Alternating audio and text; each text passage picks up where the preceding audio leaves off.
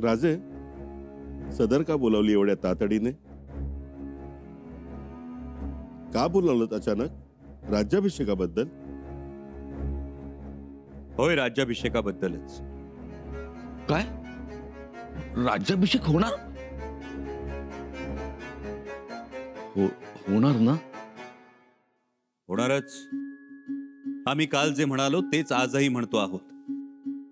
राज्याभिषेक होणार आणि टोळे तिपवणारा होणार. परंतु काशी धर्मपीठाचा नकार असताना राज्याभिषेक करणं योग्य ठरेल का? अनाजीपंत, धर्मपीठ, धर्ममान्यता या सगळ्या गोष्टी पोट भरल्यानंतर ढेकर देत दातात काडी घालून दात पोरत बोलण्याच्या आहे. इथे धर्म एकच, स्वराज्य. आणि या स्वराज्य धर्माचा मंत्र सुद्धा एकच, रयतेचं कल्याण. परंतु राजे, आमची भूमिका स्पष्ट आहे अनाजीपंत. जिथे रयतेचं कल्याण असेल तिथे धर्म हा स्वराज्याच्या उंबरठ्या बाहेर असेल.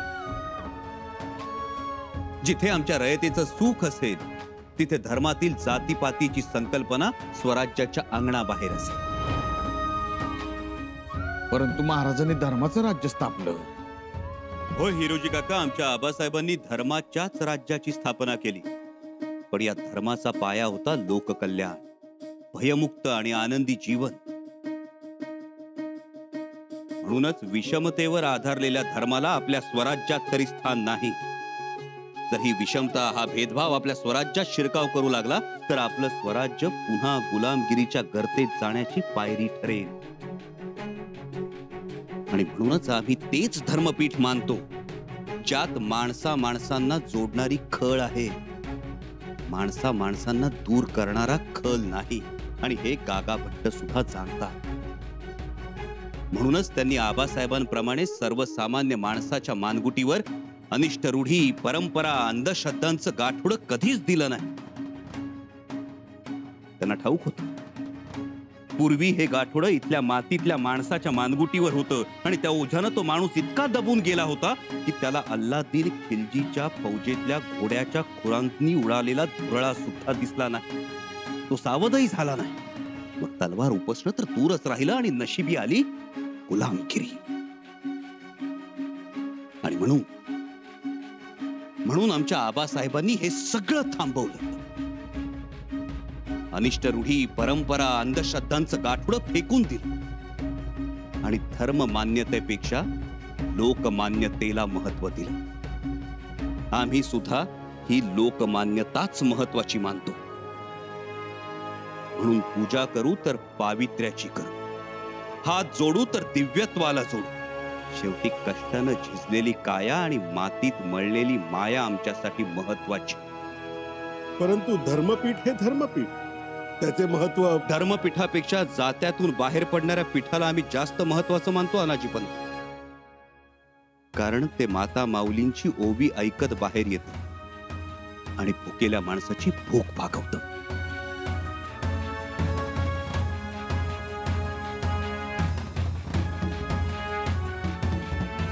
पण मग असं आहे तर गागा भट्ट का येत नाहीत?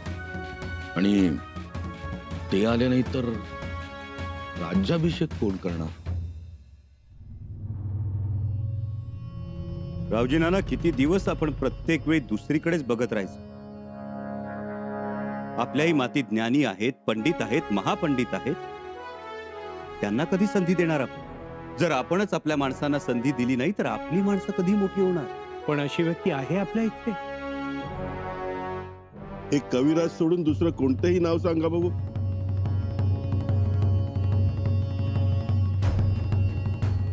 आहे, एक महापंडित आहेत.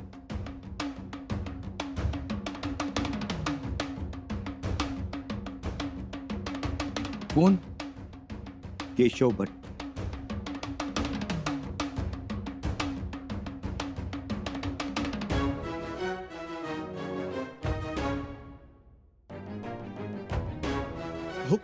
केशव पंडित आणि वेदोनारायण गागा भट्ट यांच्यात बरोबरी होईल का?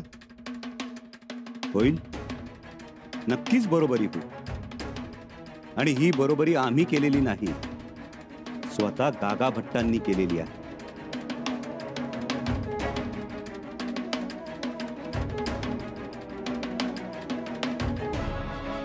गागा भट्टांनी? होय, तसं पत्रच पाठवलंय गागा भट्टांनी आम्हाला. आता आपल्याकडे काही लोकांना असं वाटतं की गागा भट्टांशी फक्त तेच पत्र व्यवहार करू शकतात, पण हे पत्र स्वतः गागा भट्टांनी आम्हाला पाठवलं. आणि एवढंच नाही तर समयनय नावाचा जो ग्रंथ गागा भट्टांनी आम्हाला अर्पण केला होता, त्याची पुढील विस्तारित पुरवणी सुद्धा पाठवली आम्हाला, तीही अर्पण केली.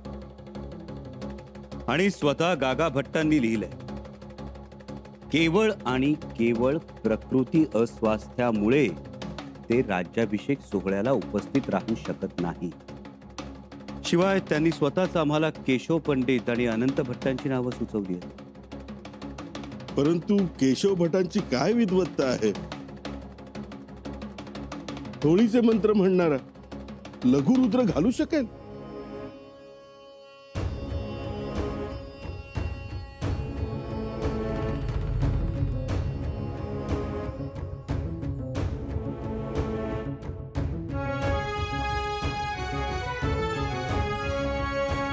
या केशव भट्ट,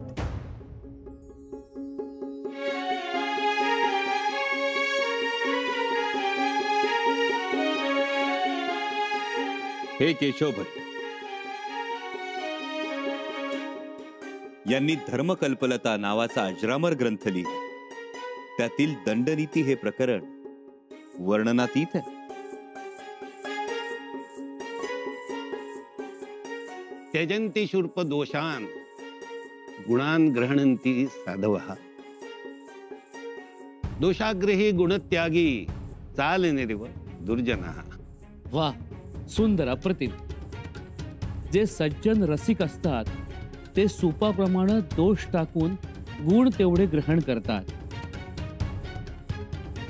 आणि जे दुर्जन असतात ते चालणीप्रमाणे गुण गाळून दोष तेवढे घेतात. वा, सुंदर. वा, लय छान. महापंडितांची योग्यता आपण ठरवू शकत नाही, ठरवू नये. ते श्रेष्ठ आहेत, ज्ञानी आहेत, आणि आमचा राज्याभिषेक तेच करतील. आणि या राज्याभिषेकाला गागा भट्टांचा आशीर्वाद असेल.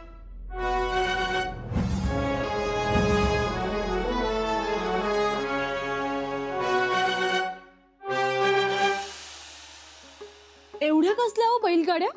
अहो, आता हे सुरूच झालं. कापड चोपड, कनाती, खवयांची पालं, दुकानं, काही खेळकरी आपापली जागा धरून दुकानं थाटून बसतील. म्हणजे लगभग सुरू झाली म्हणायची तर. भत्ताशीबाई, आपल्यालाही गप्पा बसून चालणार नाही. पदर खोचून काम करायला पाहिजे आता. तुम्हाला कोण काम करू देताय? अहो, मी राणी साहेब. तुम्हाला बंधनं, हे करू नका, ते करा, ही पूजा, तो अभिषेक, तरीही करायला पाहिजे. आता तुम्ही एकच काम करा. कोणतं काम मातोश्री? तेवढा सांगावा धाडा माहेरी. पण निमंत्रण तर गेलं असेल सदरेवरून. अहो, ते तर जाणारच, पण आपल्या मायेची माणसं असतात. एकदा का मागे राहिली ना की मागेच राहतात. धाडा सांगावा, खास माणूस पाठवा. आणि मातोश्री, माहेरची माणसं दिसली की तो आनंद काही वेगळाच असतो. हो तर, देव दिसल्यावर जेवढा आनंद होईल ना, त्याही पेक्षा जास्त आनंद माहेरची माणसं पाहिल्यावर होतो. तो दिसतोय. बघा तरी, गालावर कसा गोंडा फुटलाय ते. ऐकलत का मातोश्री? एक माहेर वाशिण एका सासूर वाशिणीला हे सांगतीये. सुनबाई, मंचकारोहणाच्या वेळेस छत्र धरण्याचा मान शिर्के घराण्याला मिळाला होता. राज्याभिषेकाच्या वेळेसही तसंच घडेल. तसंच घडावं. पण मातोश्री, आमचे दादासाहेब येतील का हो? आहो, का नाही येणार? यायलाच पाहिजे. उलट त्यांना खूप आनंद होईल. तसं झालं तर आमच्यासाठी ती मोठीच गोष्ट. तसंच होईल.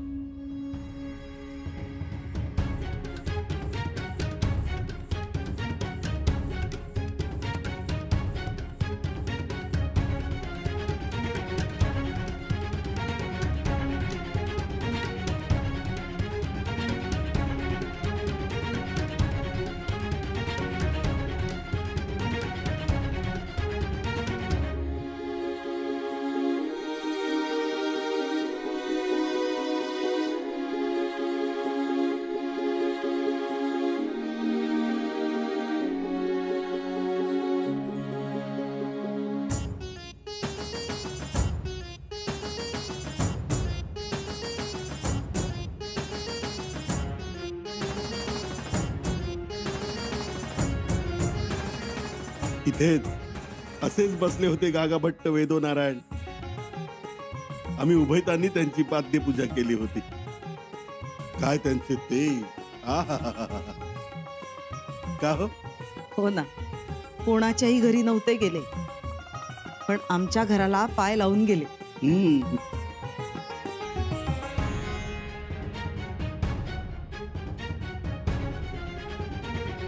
आणि त्यानंतर आज तुम्ही आलात. काय तुमचे तेज, काय ज्ञान. वा वा. तुमच्या हातून राज्याभिषेक सोहळा संपन्न होणार, मोठाच आनंद आहे. आनंद, त्यांना आनंद, मला आश्चर्य.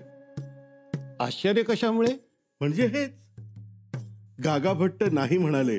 एवढे मोठे धर्माधिकारी महापुरुष ते, आणि तुम्ही हो म्हणालात. कसे काय तयार झालात? मुद्दा अगदी स्पष्ट आणि स्वच्छ आहे पंत. ते नाही म्हणालेले नाहीत. म्हणाले केशव पंडित. हे पहा, गागा भट्ट म्हणजे साक्षात वेदो नारायण. त्यांचा प्रत्येक शब्द हा अगदी लख असतो. ते नाही म्हणाले ते राज्याभिषेकाला नाही, त्यांच्या येण्यास नाही म्हणाले, आणि ते देखील प्रकृती अस्वास्थ्यामुळे. अहो, त्यांना शाक्तपंथीय शंभूराजांचा राज्याभिषेकच मान्य नाही. म्हणजे असं कानावर आलंय. अहो, काय बोलताय तुम्ही? तुम्ही स्वयंपाकाचं बघा बघू. केशव पंडितांना पोळीवर रवाळ तूप लागतं. जा जा बघा.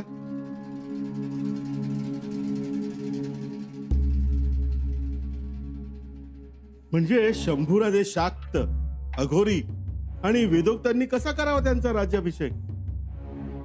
त्यात तुम्ही वेदोक्त. एक लक्षात घ्या, शाक्त आणि वेदोक्त हा फरक तेव्हाच करता येईल जेव्हा आपण अनाजी पंत आणि आम्ही केशव पंत. आम्ही कुतुबुद्दीन खान आणि अनाजी पंत अनीस खान होतील तेव्हा नव्हे. एकदा का बाटलो का शाक्तही राहत नाही आणि वेदोक्तही. असं आहे पंत की श्रींचं साम्राज्य राखण्याची धमक आज शंभूराजातच आहे, हे लक्षात घ्या. अखंड हिंदुस्थानातील हिंदूंना कणखरपणा मिळतो तो सह्याद्रीतून, सह्याद्रीत पोचल्या गेलेल्या स्वराज्यातून. आणि हे गागा भटांना पक्क ठाऊक आहे, आणि हिंदुस्थानातील इतर संत महंतांना देखील. ते मीही जाणतो. पण आज औरंगजेबाच्या धर्मांध आक्रमणाला जर कोण थोपवू शकत असेल तर तो शिवरायांचा शब्द, स्वराज्याचा विचार. आणि शंभूराजे या विचाराने भारावलेले आहेत. आम्ही देखील त्यांच्याकडे अपेक्षेने पाहत आहोत. पण दिसतं तसं नसतं केशव पंडित. दिसतं तसंच आहे हो पंत. मी लहानपणापासून पाहत आलेलो आहे. आणि तुम्ही आता उगाच कुठली शंका मनात धरू नका. सर्व धर्मपीठांना शंभूराजांबद्दल आदर आणि प्रेमच आहे. राहिला प्रश्न तो राज्याभिषेकाचा. तो एक विधी आहे आणि तो आम्ही नक्कीच पार पाडू. आणि त्यातूनही काही अडचण आली तर गागा भट्टांचा या विषयावर ग्रंथ आहे, तो पाहू, त्याचा अभ्यास करू. काय आहे त्यात? ही झाली धर्माची बाब, पण तरीही सर्व कारभाऱ्यांची, सर्व सरदारांची या राज्याभिषेकाला संमती आहे. असणारच. नाही, आतून नाराजी आहे. तसं असेल तर ते आपलं दुर्दैव असेल. स्वराज्याला छत्रपती नको असेल तर रणक्या कपाळानं महाराष्ट्र भूमीला फिरावं लागेल. ती तयारी आहे का बघा. ठिकरीची फोडणी घातलीये वर्णाला, आवडेल तुम्हाला. या, पानं घेते मी. हा शुभशकुनच की. राज्याभिषेक होण्या अगोदरच बंडाळी मोडली. रघुनाथ पंत हणमंतेंना अटक केली आणि तीही हरजीराजे दादासाहेबांनी. रघुनाथ पंतांना अटक? पण ते तर स्वराज्याचे निष्ठावंत होते मातोश्री, पण आता नाही राहिले. मोठी चफरातफर केली त्यांनी आणि आजूबाजूच्या सरदारांनाही सामील झाले होते ते. अरे देवा, हा तर विश्वासघात झाला की हो. तो तर मोडून काढलाय हरजीराजे दाजीसाहेबांनी. मातोश्री, राजांचं मोठं काम झालंय. जगदीश्वराकडे आता एकच प्रार्थना, नाती अशीच ठाम आणि भक्कम उभी राहावीत. नाती ठामपणे भक्कम उभी राहताना बाहेरची माणसं तुटली जाऊ नयेत याचीही काळजी घ्यायला हवी. पण थोरल्या बाईच आहे, लबाड माणसं तुटली तर तुटू द्या. हो, आधी लबाडी सिद्ध तर होऊ दे. एक माणूस दुखावला की त्यासोबत 4 माणसं दुखावली जातात. ते तर होणारच मातोश्री. सुनबाई, हा एवढा निर्धास्तपणा काही कामाचा नाही. रघुनाथ पंत हे जनार्दन पंतांचे बंधू आहेत. काय वाटतं तुम्हाला, जनार्दन पंत गप्प बसतील? आकांड तांडव करतील. बघाच तू.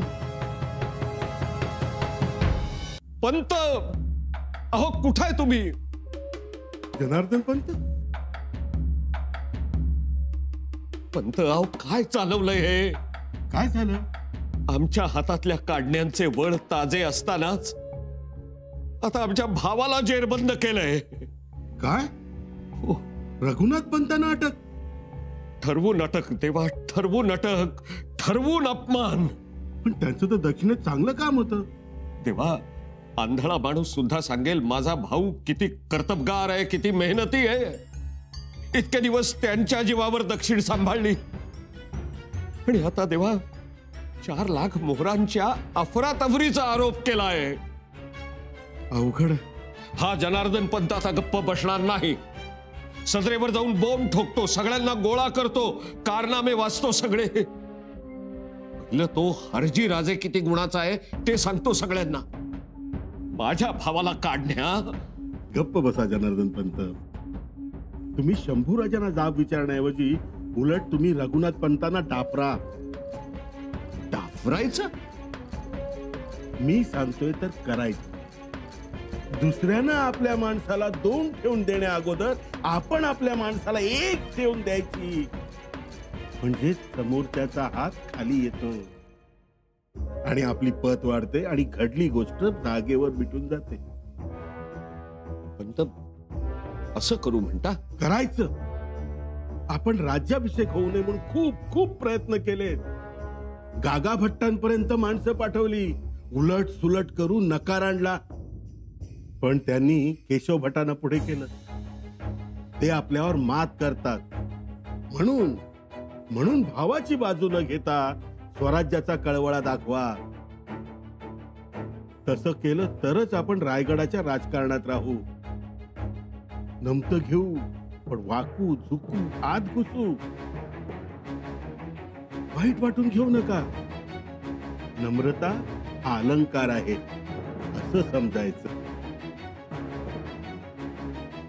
राज्याभिषेक होईपर्यंत तो धारण करायचा. पद मिळालं की